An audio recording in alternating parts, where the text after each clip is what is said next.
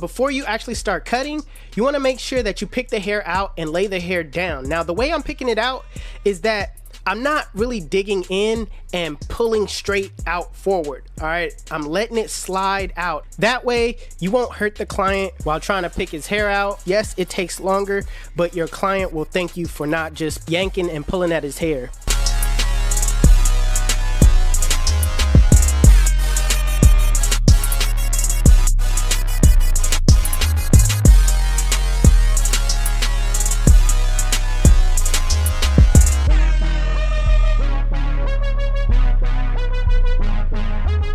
So looking at how the hair was already cut, this is my first time cutting his hair. Just to give you guys a perspective, I asked my client, did he want that flared out shape? And he said yes. Judging based off of how he got cut last time, I could kind of see that they were going with that flared out look. So that's what I'm doing right now, is building shape. You want to get the foundation first, the shape right, then you can blend into that shape. So always when you're doing afros, pre-shape it first, do the blend, and then blend into the shape.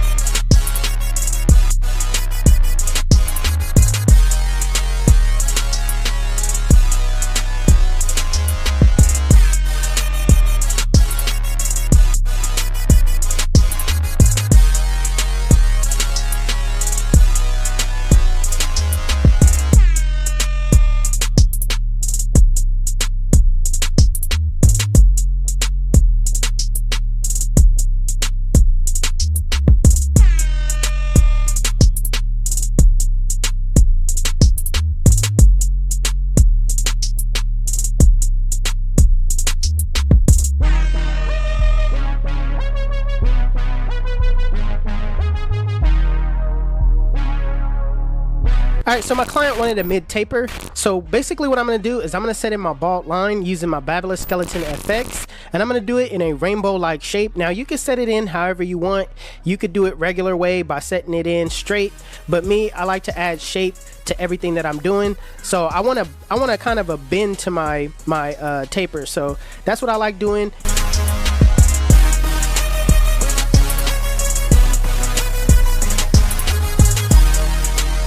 Now, using my wall cordless seniors with the lever open, I'm going up about a ½ inch right around that shape. I'm still keeping that shape, using my corners at all times. I'm not using the full blade because you're gonna end up taking off too much on that other end, and which cause it to go more straight. So use your corners at all times.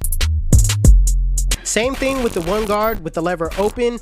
Instead, I'm scooping out. I am going up about a ½ inch, but I'm trying to get it to blend into that afro at the top. So make sure that you scoop out while you're doing this. Don't just set a harsh guideline, but at the same time, go over the guidelines multiple times.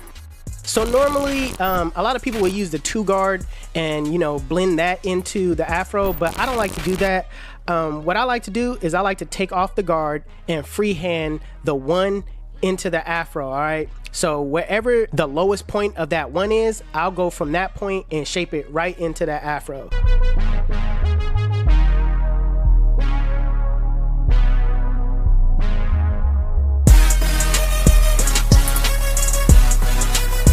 So right at the edge where you would give a lineup, I like to take that part down to a 2 with the lever closed. That way I could give off a real crispier line.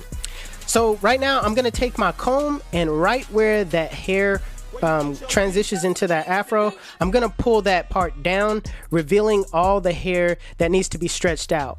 And now what I'm gonna do is I'm gonna basically run my 1 guard downward with the grain. All right, that way you won't have like this big separation between the afro and the blend that you're doing. Also, I'm gonna use my corners as a thinning shear and just debulk in that area where it could just be more cleaned up.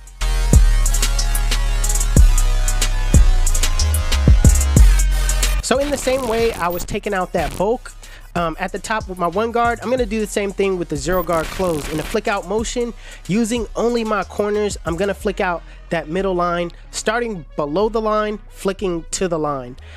Make sure that you really comb down or brush down as you go. This is important. You want to make sure that the hair is laid down and that everything is neat. All right, I can't stress that enough. If you don't brush the hair down, your blends most likely will come out looking sloppy.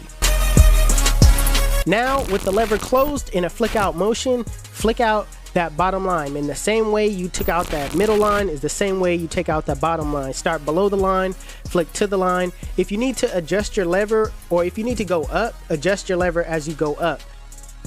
So after you set in your guidelines and you took out your guidelines, here's the most important part of the blend and its detail work. All right, how well you can see bulk, how well you can just take it out. All right, so the things that I like to use when doing detail work is I like to look away from the blend. All right, rest my eyes, because when you look at the blend, your eyes can be naive to certain areas, so you want to give your eyes another fresh start. All right, that's just one way. Another way, look in the mirror. The mirror can give you a different perspective on the blend, and it shows you different areas where, the bulk is, basically. So the way I do it, I use my corners with different guards, even without the guards. I'll do it with the lever open, get in those bulk areas with the clipper sideways, and just knock out them bulks little by little.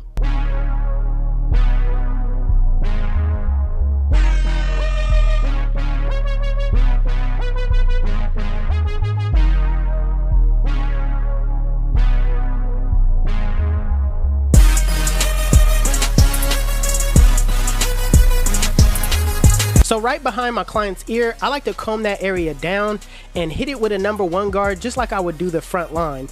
The reason why I want to do that is because I want to make sure the lineup is crispy. All right, now you could go in and just line it up and leave those long hairs, but you're gonna have difficult times. You're gonna always have to comb it out, and there's hairs always gonna be sticking out. So to prevent that, what you want to do is bring it down to a length where it's manageable.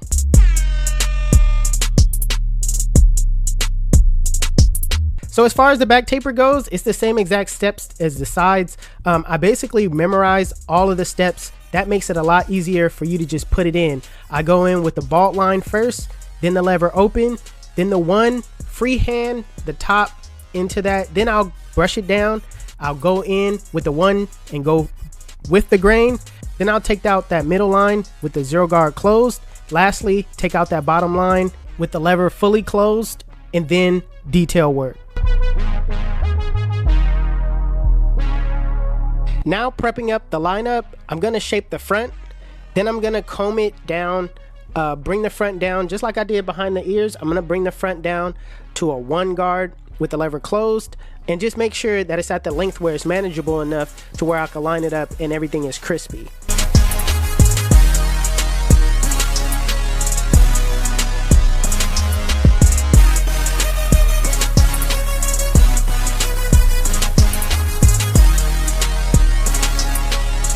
Where you get your beats? Woodson James Production.